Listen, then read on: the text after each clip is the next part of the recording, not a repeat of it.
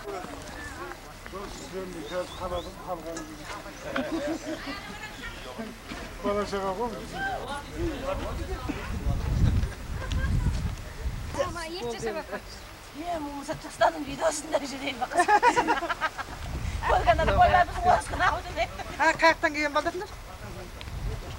Türksen. Ha. Yedi okudun da mı? Dinleyende okudun mu? Baldan mı? Medresede okudun mu? Hepsi. Ha?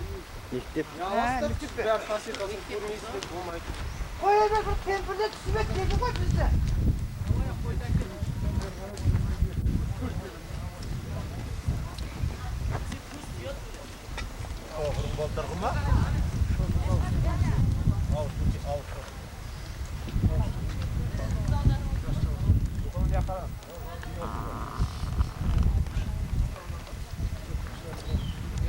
Şöyle kamışlayayım ben.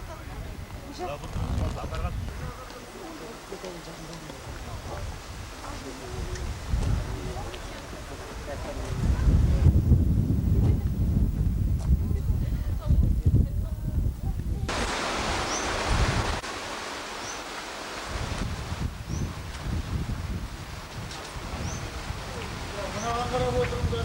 Ankara'da oturumda. Su soyaktan kiledi. Su soyaktan kiledi. Çırpımda suya oturumda. Ya da şeylik ala geliyorsun ya. Bazıları bu adımları.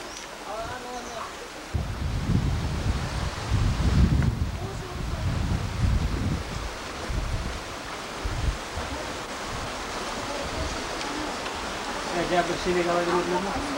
Gel versin. Allah Allah.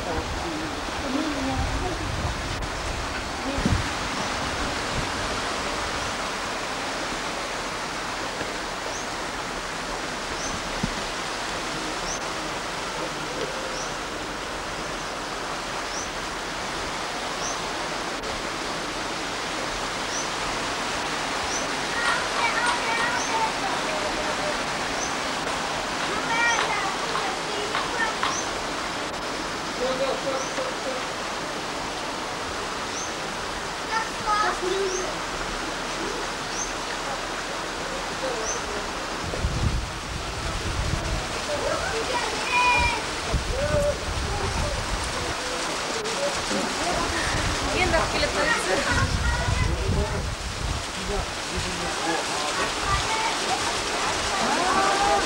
Amcan, al.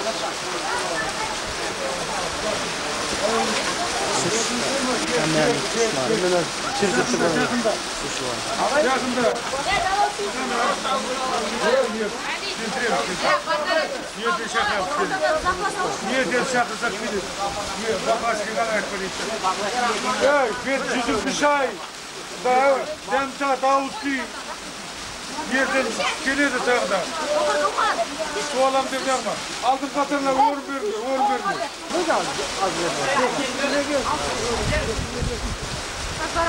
Rahmet olsun. Ya mol verdi. Oo, buna baldarın niye süreçine ayır? Bu kelebek verdi bu ya. Hani ki? Hani ki verdi? Niyet gelmiş şunu verdi. Camiye götürdü. Bozanlar falan sıdıra bir sarı. Mağazana çekti.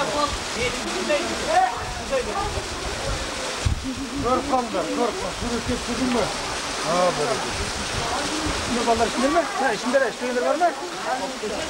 Ateş çalışıyor. Ben de düştüm ya bana.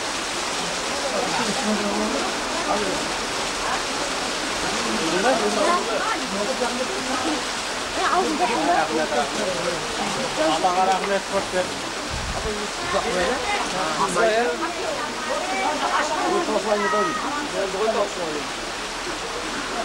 Plan yanında bize daha bunları.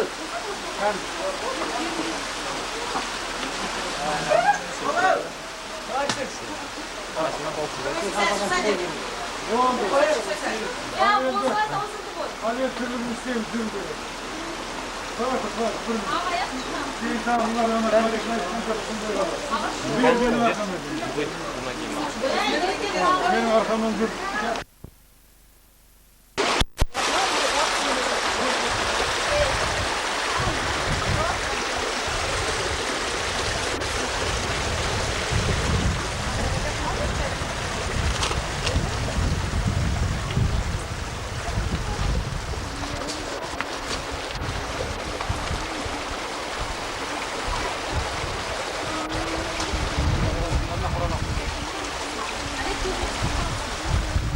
жаңағы кіріп кеткен ата бабасына ренжіп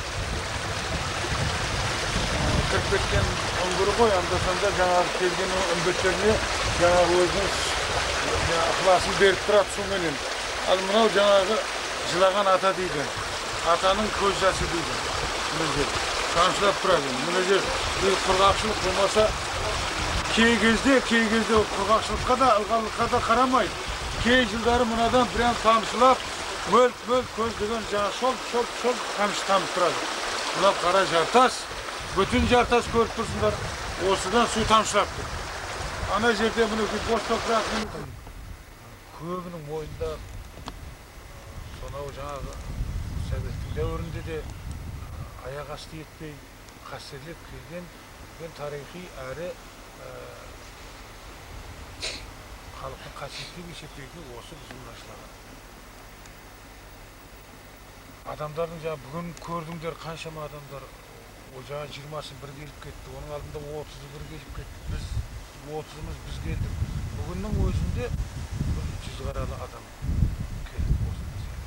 Ертең тағы соншалық. Күн сайын осында. Демек, үлкен бір күш бар. Неге барлық төбе өткенге, бұлақ біткен, су өткенге қалып қара келді?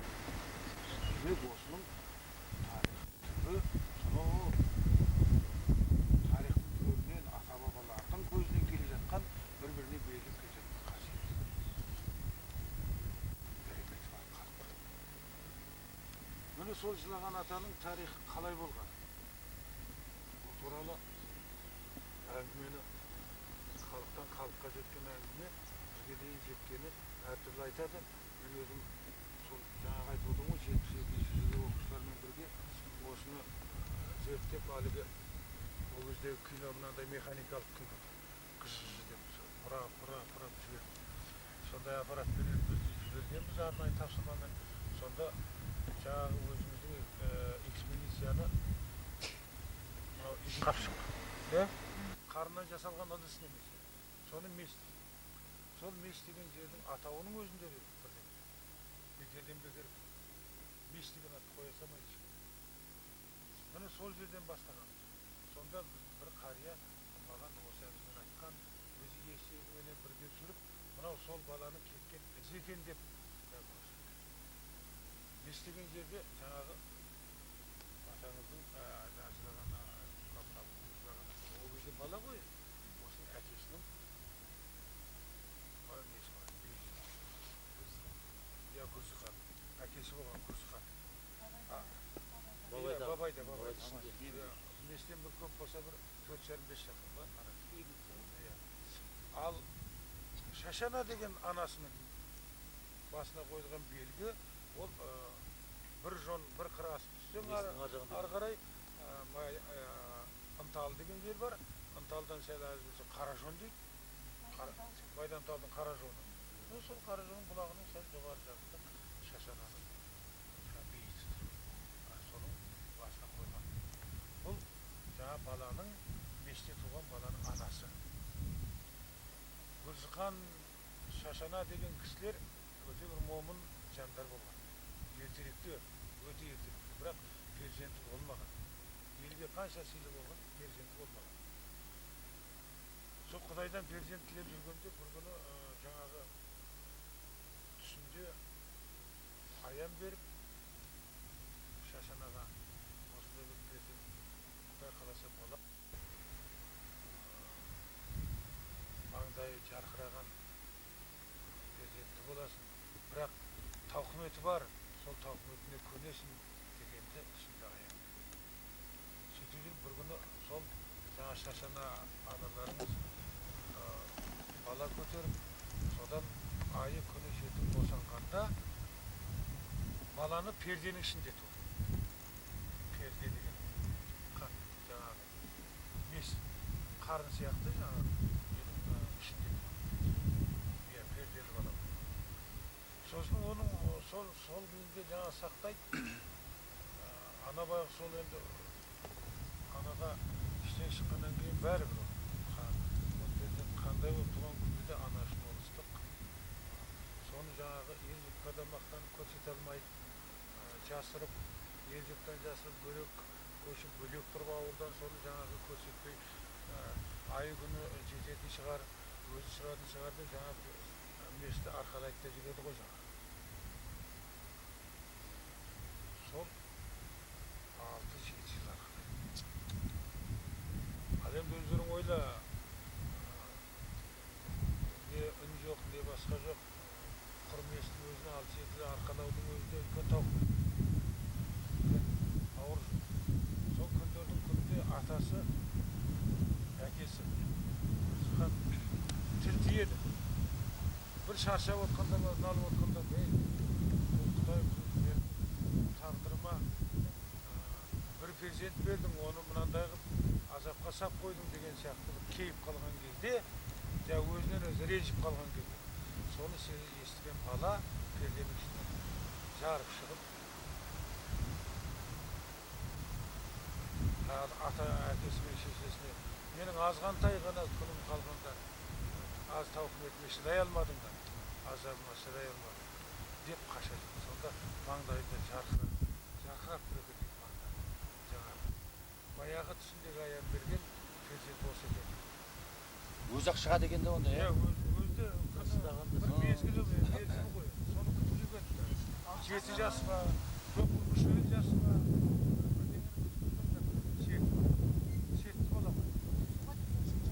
Иә, перденің ішінде. Иә, 7 жасқа келген бола ғой. Перде туғаннан кейін 6 жылдан кейін дейді, іште 1 жыл жатпай ма? 7 жасар бала ғой есеп. Міне сол 7 жасар бала қашып, сосын әкесі мен шешесінде ес қалмай, ойбай, жылап, егіліп, жалғыз, артынан қуат, сырнып, жығылып, жүгіре беріп, бала қашады. Әлі қарияның маған көрсеткен жол сол. Бізге әңгіме айтып, біздің шайымызда ішіп болғандан кейін тұрып, есегіне мініп, мына жол өттеп жүріп кетті. Мешіттен. Жалғыз аяқ жол жатыр. Енді жалғыз аяқ жол болғанда қызық. Малдың өрістен қайтқан жалғыз аяқ жолдары бар. Олардың бағыты басқа да, мына жалғыз аяқ жол, бұл аналарды кешемесе қия, бір түрлі жаңағы. Терең болды. Иә, мал жүретін жол сияқты емес, жоқ, тереңден кәдімгі сүрлеу жол. Бірақ ана жолдар сияқты, бірақ қиялап қисық былай кетті. Малдың жүретін жол. Өріске шығатын жол емес десеңші? Иә, ол малдың өрістен қайтатын жол. Иә, сол осылай тауыт бетке алып кеткен ғой. Содан бала тауыт бетке алып қашады. Осы бері қарай. Қашып сонда жаңағы отқан үстіменен, абайдың үстіменен бері қарай қашып өтіп. Жалғыз аяқ жол. Біз әлгінде жонға шыққаннан кейін әлгі үйлерден өттік қой, көп құдық, тас құдық. Сонда кім байқады? Машина жол жатыр да, қасында жалғыз аяқ жол. Сол жол ғой. Кейін машина жүріп, сол жолды машина қуалай жүріп, кейін машина жол салынып кетті. Болмаса ертеректе мына әлгі машина шықпаған кезде сол жалғыз аяқ жол. Сол жонға келген көк құдықтан тас құдыққа, сонда жаңа артынан қарай қашқан бала, әлгі артынан кемпір шал жығылып, анасы мен әкесі жүгіре бергеннен кейін бала жаны ашып, шөлдеді ғой деген ниетпенен жаңағы тас құдыққа келген жерде көк тасты аяғымен бір су шығарған құдықта. Енді кейбір әңгімеде аяғымен теуіп шығарған. Енді халық кейде қосып айтқан жой, біреу өзінше дәріптеп айтқан. Бірақ не керек еді баланың әрекетімен жаңағы құдықты пайда болып, содан су шығады. Сол жер тас. Баланың ізі жатыр қасында, тасқа басылып қалған ізі жатыр. Текті бала болмаса ізі түсіп қала ма тасқа? Жаңағы баланың басқан табаннан тастың ізі басып кетеу дейді. Кереметтік сол. Керемет деген қазір таудың басында құдықта су ағып жатыр. Иә, қазіргі кезде не бір қаяқтың суы. нені айтып жүр ғой нені? Экстрасенстердің қолында биоток бар дейді ғой. Демек бар ғой. оның табанында алақанда биоток болған шығар. Күшті биоток болған шығар. Мұны көрдіңіз бе? Тасқа басылған із қала берді. Сол жерде жаңағы көк тас тасқұдықты әлгінде судың үстіндерде қойдыңдар, үңіліп қараң, ертең көрсетеміз. Бүтін таста қазып, енді оны адамдар қазды дейін десең, осы уақытқа шейін не бірде-бір қарияның пәленше қазған екен деген әңгіме жоқ. Ешкімде. Адам қазды дейін десең де, ол бір ақылға сыймайды, өйткені адам құдық қазатын жер емес ол. Ол кәдімгі жай иесі бар адам өз жерден құдық қазбайды. Ар жағында жұмсақ жер тұр, немесе ойшықыр тұр. Міне сол жерден су шығып, суды шығарып, ол су құдықтың бетіне шығып, өзекпенен ағып жатқан. Әлгі менің әкем мен шешем су ішінде. Өткен жыл міне Абылайхан ағай біледі, біз келесі өткен жыл 14-15-інде үйіне келгенде жаңағы су құдықтың бетіне шығып жатты. Бейленді құрғақшылық қой, шамалы төмен. Міне сол тас құдық дейді. Суы өте мұздай. Тастан шығып. Сол тас құдық бір белгісі ма? Содан бала бері қарай қашып отырып, жаңағы мына бел қашуға келді ғой. Жаңа біз әлгінде автомобилді қойып кеттік қой. Сол жерге қойып кеткен жерде балуан тасты біз көрсетпедік. Көрдік, жанында тұр. Балуан тас деген тас тұр. Сол тасты таудан жұлып алғанда сораға қоя салған бала. Белгі қыпта, мен қайырылып кеттім дегендей. Сөйтіп бері қарайтты, қайырылып кеткен жолмен біз келдік. Сіздермен біздер сол баланы салып кеткен. Ол жүріп кеткенде жалғыз аяқ жол пайда болды. Артындағы жаңағы анасы мен атасына белгі ретінде. Міне мен қайырылған жер деп қойып кеткен тас балуан тас. Әлі күнге шейін тұр. Жалғыз аяқ жол жаңа сіздердің даңғырақ. Міне келіп тұрмыз, мына жалғыз аяқ жол көрдік. Сөйтіп мына жолмен келіп, сіздің іргемізден өткен жолмен барып, қазіргі жаңағы аталарың жартасын көріндір ғой. Сол жартасының ең жоғары жағында үлкендеу қуыстық тесігі, сол пайда болып соған кіріп кетті.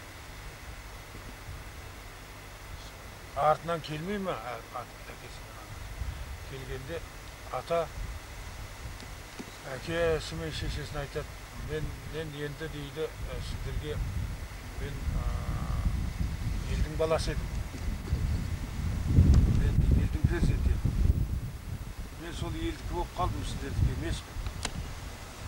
Мен енді сіздерге емеспін, мен халықтың баласы болдым. Қайтыңыздар елге. Менің шарапатым енді елге тиіп жатсын. Жалғыз сіздерге емес, төменде жатқан ауылыма тиісін шарапатым. Арттарыңызға қарамай кете беріңіздер, мен ерем депті. Дейді. Содан шарасы таусылған анасы мен атасы қайтады мұны. Ол кезде ана жол жоқ, мұнан қайтады. Артына қарамайды, кете береді. Абайдың тұсына еліне бергенде, Абайдың тұсына жетер-жетпес еліне бергенде кетіп жатқан кезде шыдай алмай, анасы бар шыдай алмай. Артына бір қарап қалса, бір өзен су ағып келе жатыр екен артына. Бір өзен су ағып келе жатыр екен. Перзент емес, өзен су.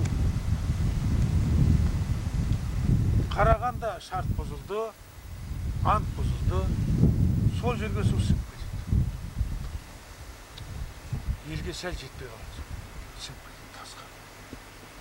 Егерде сол су осымда бозып тақ, жылаған атаның суы дейді, ары қарай бозып тақ, сол су осы суды қуалап төмен түсемесе, Абай ауылына жетер-жетпес тастақта сарқырап бара жатқан судың бірден жоқ болғанын қазірде көресіз. Қазір-ақ ол айдан анық нәрсе, ол халықтың бәрі көріп тұрған нәрсе. Сонда не болған? Ол баланың кереметтігі соншалықты өзі жартасқа кіріп, анда-санда халыққа су беріп тұрып, анау бүкіл елді жаңағы бүкіл елге су жетпей жатқан елге ең болмаса шарапат келтіре салады. Міне сондықтан да халық бұның жаңағы қастерлеп, аяқ асты етпей, осы күнге шейін халық сақтап, сонша не бір қолмалы заман болды, соның барлығынан бізге дейін жеткізіп отырған құдіреті, оның жаңағы шарапатының барлығы. Міне осы артынан бір өзен ағып жатыр. аңызда осылай әңгімелейді. Жылаған ата. Қазір енді біз көрдік, адамдар келіп, ұзақ жерден келіп, шын көңілін айтып, білген дұғасын айтып, шамасы келген ниетін білдіріп, садақасын беріп, сөйтіп жатса, ол су беріп жатыр. Құрғақшылық екен, бұлақ сулар таусылып кетті екен демейді, барын ақтарып берді. Солай ма? Бардыңыздар, ағыл тегіл берді. Вот соны сыйлаңыздар. Өзі қоймаған су. Оның үстіне сол жаңағы ол су өз алдына қасында қарсы бетте жартасты көрсеттім, қара жартас. Бүтін тастан тамшылап тұрған суды аңызда жаңағы атасының тасы дейді. Баласына жылап тұрған атасының көз жасы дейді. Жылаған ата деген себеп тамшылап тұрады. Шын да солай тамшылап тұрады. Кей жылдары тіпті тамшылап, сорғалап тұрады. Ал бала анда-санда су беріп тұрады. Күн елге беріп отырады, халқына беріп отырады.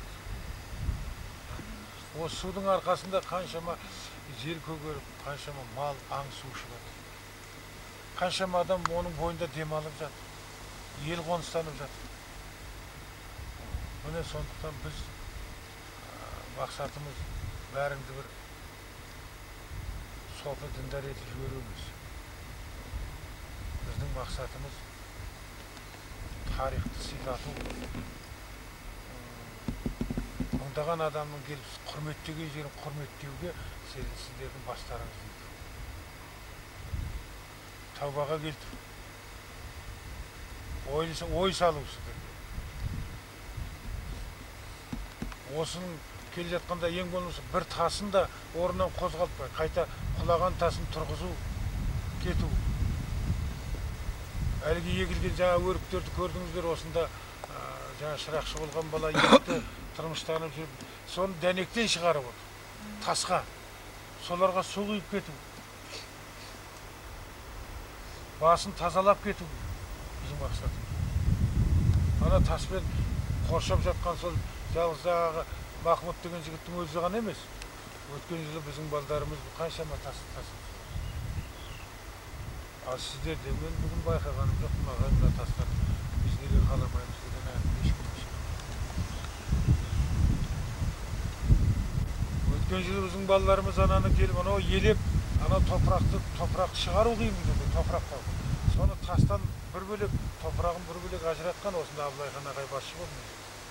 Мына тастарды шығарған, тасып жан-жақтан аршып, ар жағынан топырағын жайып, ана жердегі бұрынғы менің қалған орын тегіс. Бұл жерде мешіт болған кішігірім. Сол мешіт құлап, төбе боп, үйінді боп қойған. Соны қайтып тұрғызсам деп жатыр әлгі осында жүрген жаңағы Махмұт. Соны қаласам, ананы тасты қаласам деп жатыр. Бірақ оған шамасы. Бұған әлгі оқыған бір азаматтарымыз, іскер азаматтарымыз бар. Дәулетті, қазір кезде беделді азаматтар бар елде. Солар келіп жәрдем берейін десе, жер шалғай болды.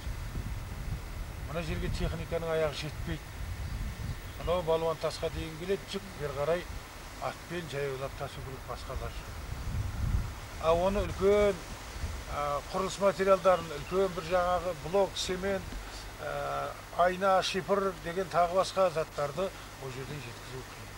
Не де болса, осы жердің табиғи өзінен шыққан материалмен жасау керек. Оған көпшіліктің жаңағы қолғанаты керек, немесе жаңағы аздап жаңағы қаражат жағынан болса да, басқа жағынан болса жәрдем.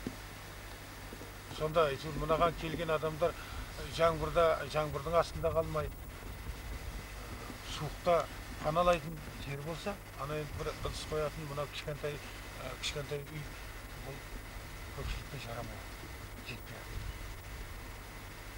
Сонда да тоқталып жатқан адамдар жоқ, ақыл керек.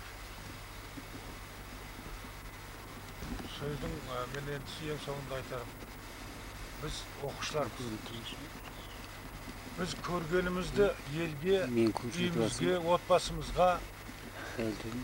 достарымызға, өзіміздің жүрген ортамызға дұрыстап жеткізуіміз керек.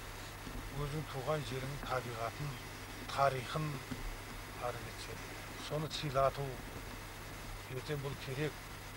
Мына тұрған әрбір шөп, әрбір тас осының өзі біздер үшін елдің байлығы. Менен рұқсатсыз немесе бізден жаңа шырақшыдан рұқсатсыз бір тал шөпті жылуға, гүлін теруге, бұтақты сындыруға болмайды. Мейлі әулие болсын, әулиеден жырақта болсын, бәрібір. Неге? Қайталап айтам, ол байлығымыз. Мемлекеттің, республикамыздың байлығы оның қалтасына түспек. Былай болса. Ал енді амал жоқ, керек болып от жағатын басқа жағдайда онда пайдалан. Керегіңді ғана пайдалан. Керек емес артық затқа тиіп. Осы біздің айтатын. Ана Жылаған атамен Қатырақ сөйле. Жылаған атамен бала бар ғой. Аха. Сол екеуі бір адам ба әлде басқа? Жағына әкесі. Жылаған ата деп негізі ол енді бала әулие деген әулиелер көп бізде. Қазақ жерінде де, басқа жерінде де баланың атынан қойылған әулиелер бар. Бала күйінде айтады. Мысалға бала би деген би бар. Ол жасы қайда қария болып өлген кісі бәрі аты бала би болды. Сондықтан ол баланың атында қойылар еді ғой, егер бала болса. Жылаған бала деп атар еді. Немесе домалақ ана дейді мысалы. Ол жас кезінде домалақ ана атады. Сондықтан да бұл жерде енді аталуына қарағанда жылаған ата деп аталды. Ата деген біздің парсыша және өзбекше мынау мұсылманша ата деген әке деген. Қария кісі дейді ғой. Әкесінің орнына. Соған қарағанда жылаған ата деп жаңағы жылап келген әкесіне қойылған. Соның атында. Екінші бір жағдай. Адамдардың мына үмбет дейді, біздер ұрпақ дейді ғой енді біздің жерде. Ұрпақтардың келіп бас иіп тағзым ететін жерде ата деп айта береді. Мысалы Үкаша ата. Ол кісі бір ешкімге аталық не жолын жасаған. Үкаша ата. Баба ата дейді бір жаңағы айтып отырмыз. Сыйлағандық қой енді бұл, Сондықтан да ол бала болсын, баланың атында қойылған шығар. Бірақ жаңағы қасиетті құрметтілігіне бүкіл елге сондықтан ата деп атаған. Басын дәріптеу, сыйлау мақсатында ата деп атаған. Сондықтан жылаған ата деп. Ол бала болып, сеншиясыз балақ болсын, бірақ біз үшін ол жылаған ата. Осындай бар. Қай жолмен аталып кеткенін білмеймін, осы екі жолдың біреуімен аталып.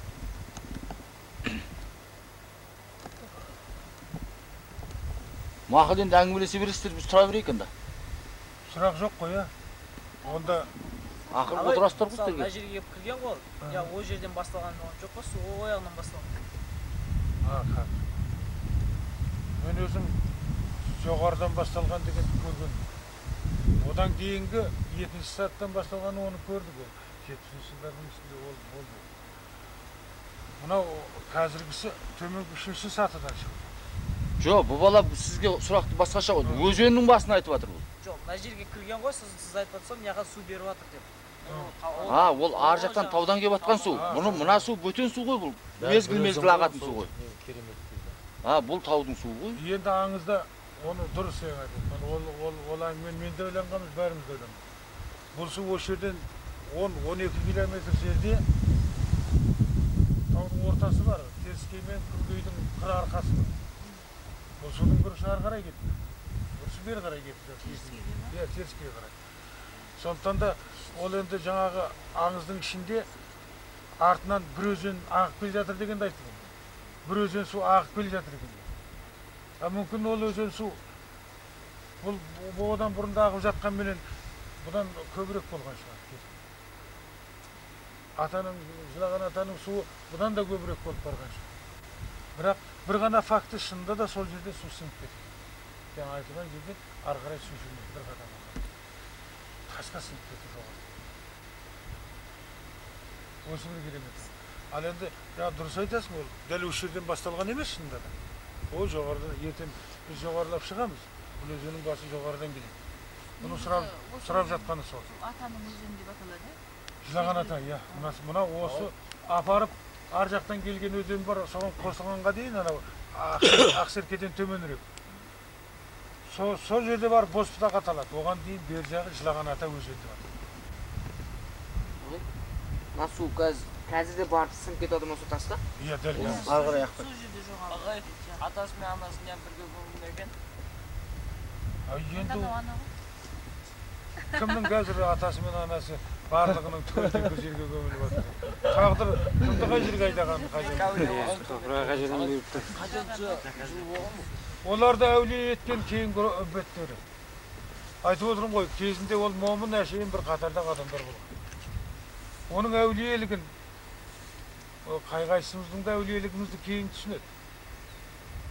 Тірі кезімізде әулиелігін түсінер-ау, бірақ түгел түсінеді. Оны кейінгі ұрпақтары әулие қылып көтерді. Әулие деген Негізі бір қасиет болған ғой ол баста. қасиеті бар адам. Қасиеті бар адам ғой. Кереметі Олар бар да. таза адамдар, бірақ негізгі қасиет жаңа балада болған. Ол баланы да тегін адамға бере салмайды. Маңдай жарқыраған бала дейді. Бірақ ол баланы әкесі көтерсе болатын беді. Или только анасы. Бұл балдарыңызды Екеуі ғой көтеріп әлі. Тұрдығы, бұл балдарыңызден үлкен жатаққа да апарасың шығарсыз енді. Барған ғой. Барған ба? О жердің тарихын айтып беріп беріңіз. Айтып берген Арыстан бапқа да барған. Және Үкашаға бір емес, 2-3 барғандар. Негізі бұл бала енді 4 былай, барғандар бар екен. мен сізден бір сұрағым бар.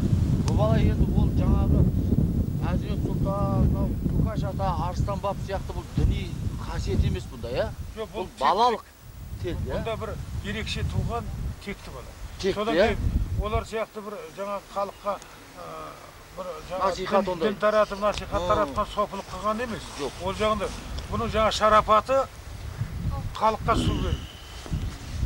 Еткендігі бір, екінші жаңа айтып отырмын, месте туып жаңағы қашып. 7 жасар бала жерге қашу, табанының тасты көйдіру. Бұның кереметінде ана құдықпенен мына судың тоқтап аққанында ғой бұл. Иә, балуан тасты көз. Мысалға мен көтере алмаймын. 7 жасар бала қалай қойып? Ол Ең керемет Тегін бұл бола емес. өз туғанынан болып тұр ғой. Бұл енді